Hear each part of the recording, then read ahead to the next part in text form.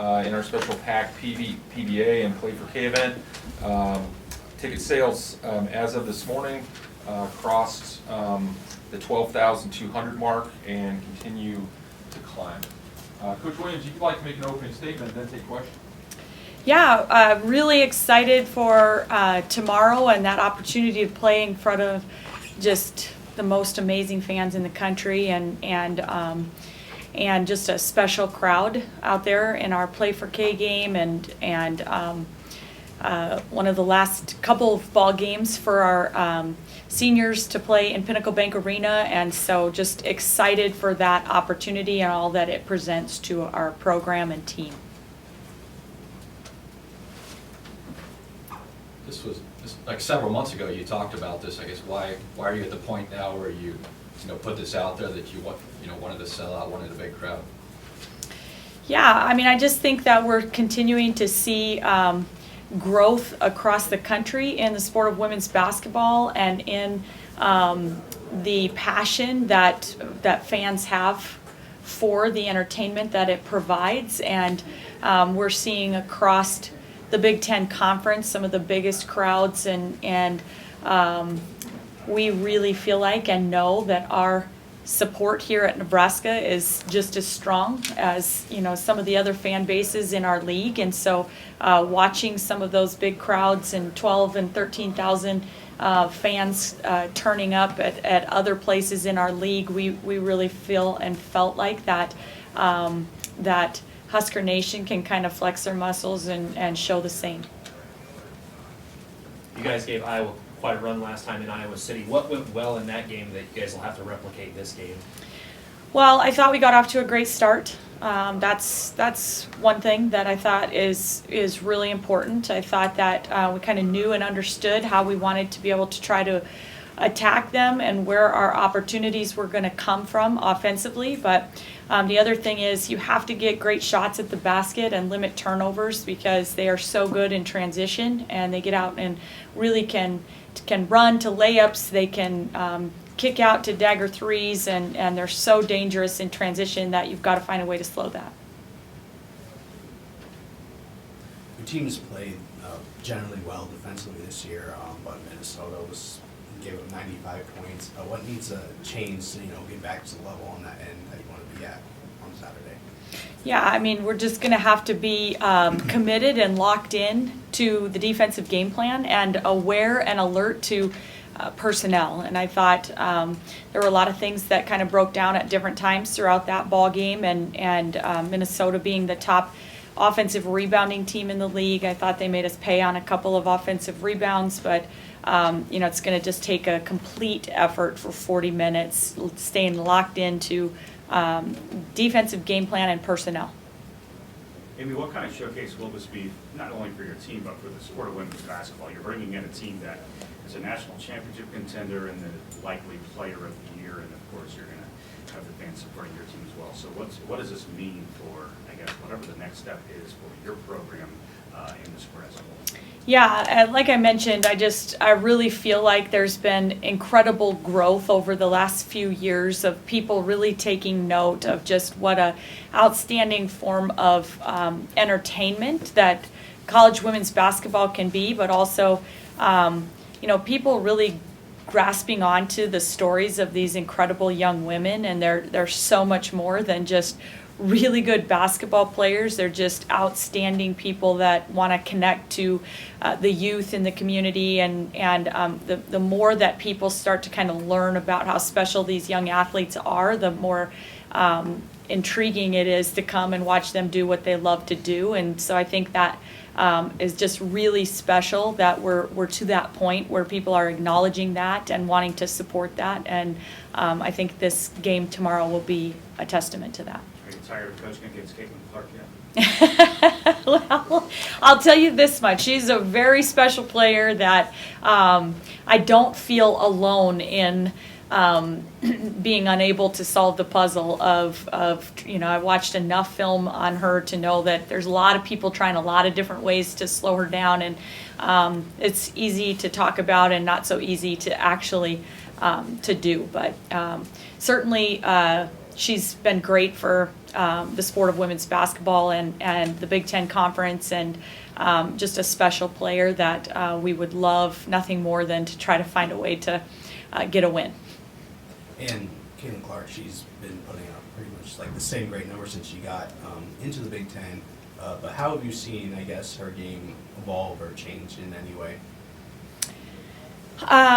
She's an absolutely incredible scorer, and the confidence that she's gained over a couple years of being able to do that against the best competition in the country just continues to grow. But I think the one thing that is just really elite is just the way she passes the ball and passes her teammates open. And the more she plays with Monica Sanano, the more she knows exactly where to place the ball to lead her to buckets and how to hit, her teammates. And I think that is what's really grown and separated her as just a special player. This is more a hypothetical question than anything, but when a player takes 25 shots a game, how many points would you expect them to score? Yeah. Just generally, like if Jazz took 25 shots, how many points do you think she would score? Yeah, I mean, for us, like we would prefer to not have players that are just producing 1 point per shot attempt or whatever. So I mean, I would think you would want it to be over 25 points for sure if they're going to take 25 attempts, no doubt about it. But I think there are different quality shots, and so I think obviously kid like Izzy Bourne, who's been pretty efficient, knock on wood, here lately, and she got 25 shot attempts. It'd be awesome, because I know they're probably going to be really high quality shots. You don't have any time to think about the past because you have this game tomorrow, but like, is there a thread of why you think you guys have struggled just to close out games? And you have closed out some, but others you have not.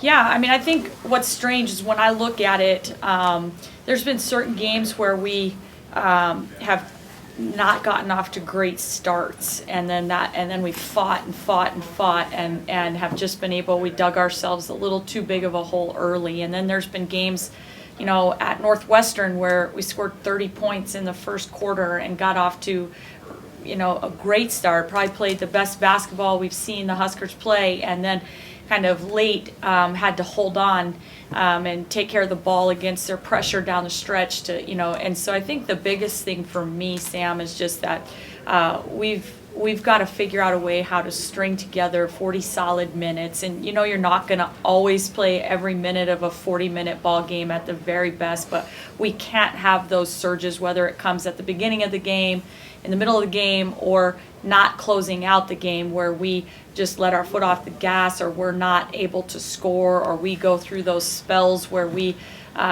give them back-to-back threes in transition and, with a missed layup in between, or, those types of stretches really bite you. In a conference like the Big Ten, with a schedule that we've been up against this year, you have to eliminate those from the game. And so far it's just continued to be a little bit of a Achilles heel for this team. What have the conversations been like with your team leading up to following Wednesday and leading up to tomorrow about keeping the spirits up, the confidence, and knowing that you need them to play a complete game?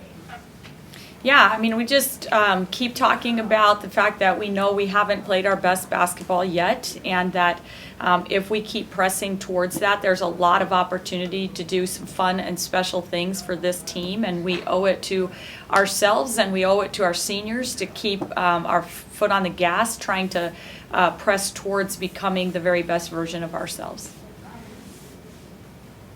Monica gets a lot of help from Caitlin and the attention in her passes, but what does Monica do well to be so efficient and so productive? Yeah, well, she has incredible footwork. She's got really good, quick feet and great balance. And so by the time the ball is touching her hands on a catch, she's already halfway into her move, and it makes it a lot more difficult to be moving into defensive positioning after that. And so I think, she just has really, really good footwork, really good touch, nice soft touch around the rim, and great passers around her. What was your reaction the past few weeks when you heard 9,000, 10,000, and now hear Jeff say 12,000? Just honestly really kind of brings tears to my eyes a little, because I even think back to when I played here at the Devaney Center and just starting my career off as a 30-30 club member. We've all heard that story, and walking on the team, but in some of those early years, having 400 or 500 people, come to games, and eventually, our senior year had really good crowds, and playing in, winning games in the NCAA tournament, and that really helps. But I think for me, it's just really special the way Husker Nation has answered the call for this team and this group, even though it's been a little bit up and down this season for our group, but we have such an incredible fan base that's just going to continue to remain supportive of us, and show up for the Huskers. And I just think that says a lot for this program. What was 30 minutes on, what was your, 30 minutes? Was it 30 minutes on the bench? Oh, yeah. My dad and brothers would tease me all the time about if we were up 30 or down 30, I was going to get 30 seconds of playing time. So that's why they called it the 30-30 club for me. So. Anything else for Coach Williams? Thank you. Thanks, guys.